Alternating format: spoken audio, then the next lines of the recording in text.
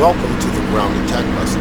I've set the simulation to active pause mode so we can discuss the ground attack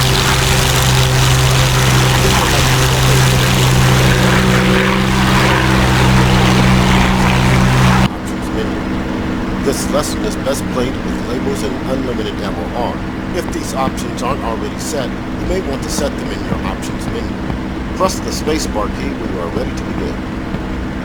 Although the P-51 was designed primarily as a fighter, it is quite effective as a light ground attack aircraft armed with two 500-pound bombs or up to 10 unguided rockets, in addition to 6 50-caliber machine guns. Like most other fighters of the era, however, it is not equipped with a bomb sight.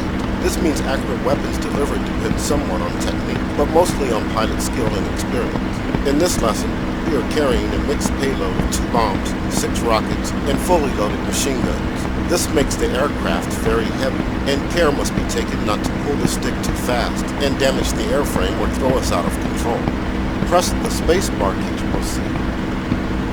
We'll now begin with the bombs. The most important factor in bombing accuracy is a steep dive angle toward the target. In general, the steeper the dive, the more accurate the attack. For best results, you want to dive at angles of 45 degrees or greater. Although effective, dive bombing can also be very dangerous. The aircraft accelerates rapidly toward its maximum speed, and this can lead to a loss of control if not cared for. When pulling out of a high-speed dive, the pilot and aircraft are subject to significant G-forces, and there is always a risk of either blacking out in the cockpit or breaking the airframe. Press the spacebar key to proceed. The other important factor in bombing accuracy is distance to the target. The closer you get before releasing the bombs, the less time they have to fly off target. Again, however, there are dangers to keep in mind. Getting close to your target means getting close to potential return fire, and if the enemy doesn't get you, the ground will. So it's critical to pull out of a dive with enough altitude to spare. Press the spacebar key to proceed. Getting consistent results with dive bombing requires practice, lots of practice. It's also a good idea to develop an attack profile, where you can use the same starting altitude, dive angle, and release range every time. Doing so will help you establish an aiming reference point, like a gun sight mark or a cockpit feature, that you can use for every attack. In this mission, you are starting out at 8,000 feet above the target. This should give you a few seconds to stabilize and aim in the dive, then pull out of the attack at no less than 2,000 feet. Press the spacebar key to proceed. Employing rockets is similar to bombs, except the dive angles can be somewhat reduced. Not by much, however, because the HVAR rockets are quite heavy, but have a short burn time. This means their fall trajectory is quite steep, making them difficult to aim reliably at ranges beyond 1 nautical mile. In this lesson, you can use the target labels to get accurate range data. Use this to learn what different target types look like at 1 nautical mile, so you can estimate this range visually without labels in the future. Press the spacebar key to proceed. Machine guns are the easiest to employ against ground targets. All you have to do is aim using the crosshairs of the fixed reticle sight and fire within range, which can be anywhere under a mile, depending on the size of the target. Machine guns are quite accurate, but also weak, so well-aimed fire at close range is required in order to be effective. Press the spacebar key to proceed. The last thing to keep in mind is side slip. It's critical to neutralize any side slip in the attack run by checking a slip bar indicator and either trimming or using the rudder to keep it centered. If any side slip is present, the nose will be pointed in one direction, but your flight path, and as a result the flight path of your weapons, will be in a different direction. An aiming error of just a few degrees can reduce a miss by hundreds of yards by the time your weapons hit the ground. To ease directional control during attack dives, you may want to trim the aircraft with slight left rudder for high-speed, low RPM flight, which will be your profile when attacking with bombs and rockets. Press the spacebar key to proceed. Before I set you off, let's prepare the weapon system for bomb employment for our first attack. Switch the gun sight to show the fixed reticle. Select bombs trained on the front switch panel. In this mode, one bomb will come off the wings with each press of the bomb rocket release trigger switch. You can also set bombs to both, in which case the left and right bombs will come off simultaneously. Finally, set the bomb arming switches down to the arm position to arm the bombs.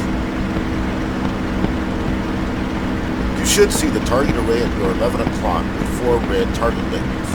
A variety of typical targets are prepared on the array, including personnel barracks, oil tanks, train wagons, and transport trucks. You are free to choose your targets. Press the spacebar key to unpause the simulation and take control of the aircraft. Here we go.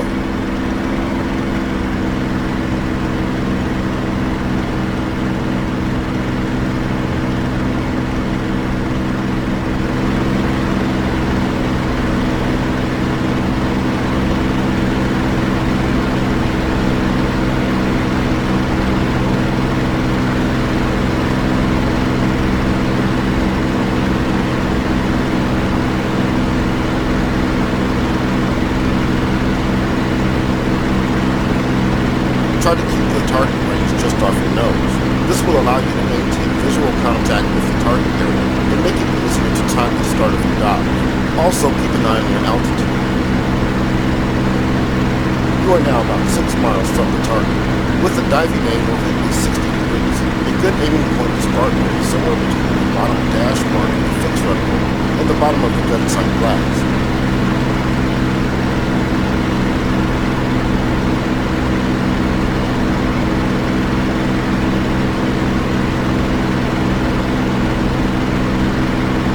You are now about 4 miles out from the target area. Take the power down and pull up slightly to lead off some airspeed. You want to start the dive as slowly as possible to give you time to aim and also avoid overspeeding the aircraft. Take a note of your altitude before you begin the dive. Remember to control side slip before releasing weapons. Whenever you're ready, roll her over and point the nose on target. Press the bomb rocket release switch or right alt plus space to release the bombs.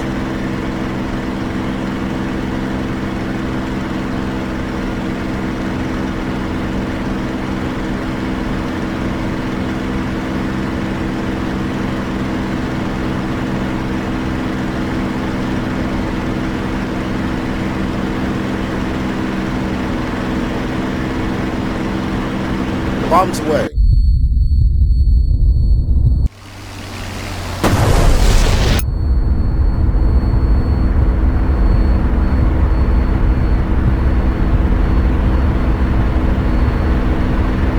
You can continue to practice dive bombing if you wish. Press the spacebar key when you are ready to switch to rockets. Stabilize in level flight so we can set up the weapon system for rocket deployment.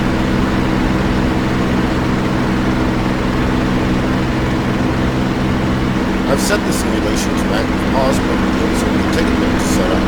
Select rockets on the front switch panel. Set the release mode to single. This will fire a single rocket with each press of the bomb rocket release switch. If set to auto, rockets will come off the wings in quick succession as long as the trigger switch is held down. Also note the rocket fuel switch, which can be set to instantaneous or delayed detonation.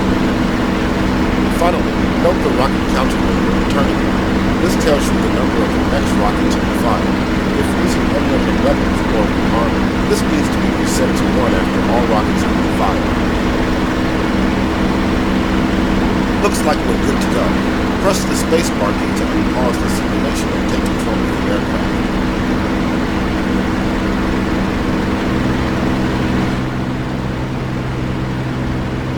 Rocket employment is similar to bombs, but you can use shallower dive angles to launch closer to the target. For best results, you want to be within 1 nautical mile. At this range, you can again use the bottom dash range mark to fix reticle as an aiming point. Whenever you're ready, line up on the next target and press the bomb rocket release switch repeatedly to fire off 1 rocket at a time.